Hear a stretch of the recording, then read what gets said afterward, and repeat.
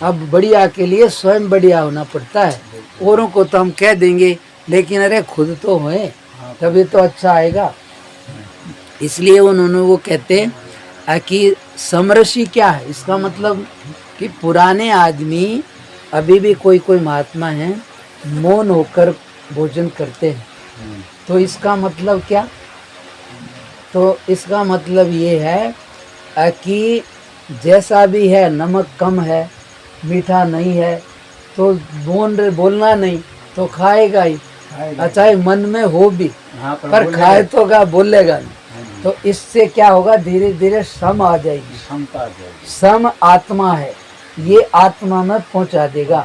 रस, हर एक रस में, जिसको किसी रस में लोभ लालच या संतुलन नहीं बिगड़ता, तो समझो वो इससे परे है, वो आत्मा में स्थिति वाला है। आत्मा में स्थिति होगी जब भी वो कैसे में भी शांत रह पाएगा बराबर, और नहीं तरह।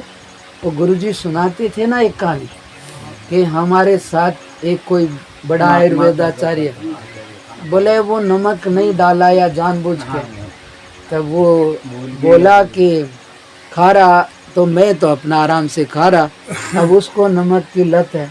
बोला स्वामी जी, बोले हाँ इसमें नमक तो है नहीं। महाराज बोले चुपचाप खा ले, ज़्यादा मत बोल। तो वो फिर भी नहीं, थोड़ी देर खाई, फिर देखे यार, फिर उसको अपना अहम आ गया, स्वामी जी मैं आयुर्वेदाचार्य हूँ। बोले नमक शरीर के लिए बहुत जरूरी है, जहर को मारता है। स्वामी जी धीरे से बोले बाहर जाके पानी घोल के पी लेना। हाँ नमक खा लिए, इसलिए चुपचाप खा ले, लेकिन उसकी तृष्णा है ना, वो खाने नहीं दे रही। अब यार स्वाद तो आ ही नहीं रहा, इसलिए इसको बोलते हैं कि घर में जो कुछ भी नहीं बोले उसके लिए अपने आप बढ़िया आएगा। और कई मेरे पर भी आते हैं, वो बोलेगा, वो उसका घरवाली से खाने पर ही झगड़ा रहता है, ये ठीक नहीं, अरे कभी सही नहीं बनता है, कभी कभार बनता है। मैंने कहा तू जब तक झगड़ा करेगा कभी बनेगा भी नहीं। और मैं कहा चुप होके खाने लग जाए, 15 दिन में देख लेना, नहीं बन जाए मेरे से आके कह देना, नहीं बन जाए तो फिर वो ख्याल करेगा, फिर तेरे को नहीं करना। और जब तक तू करेगा कुछ कर ले, कुछ होना नहीं। फिर जिस दिन वो कर देगा सब हो जाए। वो अंदर से घुमाता है, हम बाहर से घुमाते हैं, अंदर से चले सब। इसलिए जब कोई कुछ भी बोलेगा नहीं ना, चुपचाप खा गया, तो अरे यार इसमें ये तो था ही ना, अरे आपने बताई भी नहीं, फिर उसके भाव बदल जाए। और जब कह दिया ले इसके नखरे ना ले दे पड़ते फिर तो झगड़ा ही रहेगा। इसलिए कहते हैं समरसी, यानी कि कैसा भी रस हो, ना उछलना ना दुख मानना, चुपचाप खा जाना बराबर रह के, तो ये एक दिन आत्मा को पा जाएगा। क्योंकि ये रस ही तो बिगाड़ते हैं, इन्हीं के लिए सारी दुनिया उलझन में पड़ रही है। इनमें जो सम हो गया तो सम आत्मा ही है।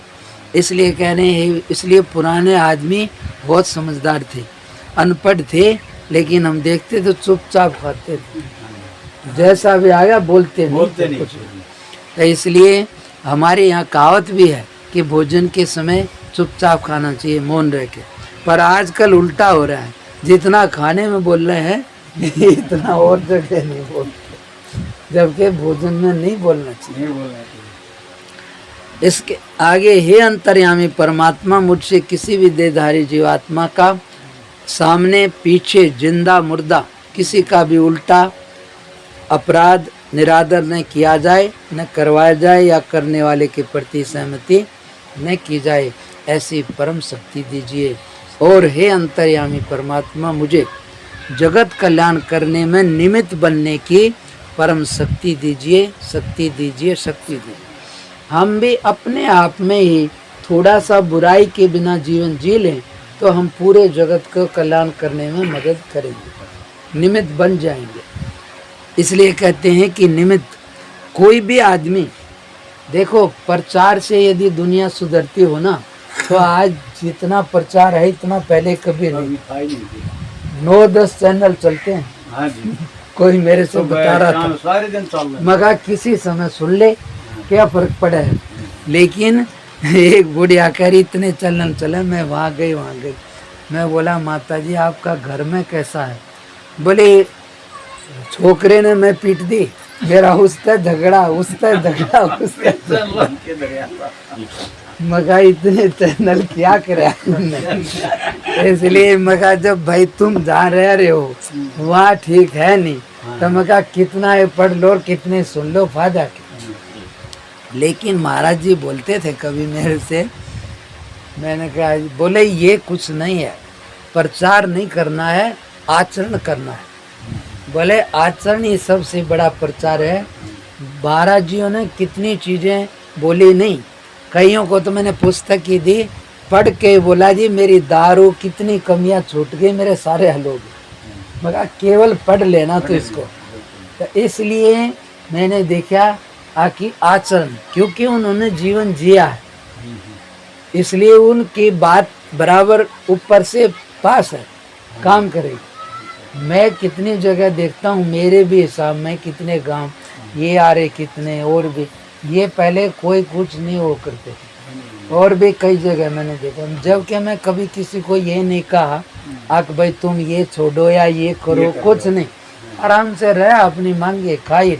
फिर ये बाद में तो आते थे, बाद में तो इनके यहाँ बहुत भीड़ होती थी, वहाँ तो हमने काफ़ी 1-1.5 महीना सत्संग दिया होगा। पूरे गांव का भाव बहुत बदल गया, एकदम सब एक नंबर। पूरा कीर्तन में मैं ही थक जाता था, वे नहीं थकते थे, इतना बढ़िया सब करते थे। तो वो सब धीरे धीरे भगवान बैठ जाता है। तो इसमें कहते हैं लेकिन किससे भाव किससे बनते हैं? उसके आचरण से। कितनी बढ़िया बात करो लेकिन व्यवहार अच्छा है नहीं है तो अगले का असर नहीं होगा। लेकिन कुछ भी ना बोलो, आचरण अच्छे हैं तो उसका भाव बदल जाएगा। इसलिए ये बात है कि सबसे बड़ा प्रचार आचरण है, कहने की जरूरत नहीं है। इसलिए तुम चुपचाप रहो, अपने आप सब बदल जाएगा। कितनी जगह अपने आप हो जाएगा, कुछ बोलने का है ही नहीं। इसलिए कहते हैं तुम्हारा जीवन अच्छा है, उसी से सब बदल जाएगा। हे अंतर्यामी परमात्मा, कोई कहते हैं जी भक्ति, मैं कहा देखो भगवान से यही प्रार्थना करो, हे अंतर्यामी परमात्मा मुझे आप अपने चरणों में प्रेम और भक्ति दीजिए। उससे प्रेम और भक्ति मांगो भाव से, तो धीरे धीरे भाव बन जाएगा। ये सभी भावना है, भावना ही सब काम करती है। इसलिए कहते हैं कि भाव ही सबसे महत्वपूर्ण है। बढ़िया भाव है कहीं भी चले जाओ, खोटा है कपट है तो अपने गले और घर में भी डर भय रहेगा। इसलिए भाव बहुत, इसलिए कहा कि भाव को शुद्ध कर लेना, गलत भाव को, ये अंदर का तप है। और जो चीज़ मन को ज़्यादा चुभती है उसको चुपचाप सह लेना, वो और भी बड़ा तप है। क्यों? क्योंकि उससे हमारा बड़ा पाप कट जाएगा। शरीर से तो थोड़ा सा चोट लगे तो उसका ज़्यादा दुख नहीं आता, लेकिन बोलवाणी का ज़्यादा आता है, और भी कोई अपना नज़दीक का उसमें और ज़्यादा। तो इससे कहते इसको सहन कर ले। इसलिए कहा कि जो घर में साधु हो जाए वो बड़ा साधु माना है। बाहर तो मजबूरी में सहन हो ही जाए, पर जो घर में कर ले वो बड़ा साधु है, क्योंकि वहाँ जल्दी से अपमान सहन नहीं हो। लेकिन जिसने वहाँ कर लिया तो वो बड़ा, सिविल पुलिस की पावर ज़्यादा और ड्रेस वाले की कम।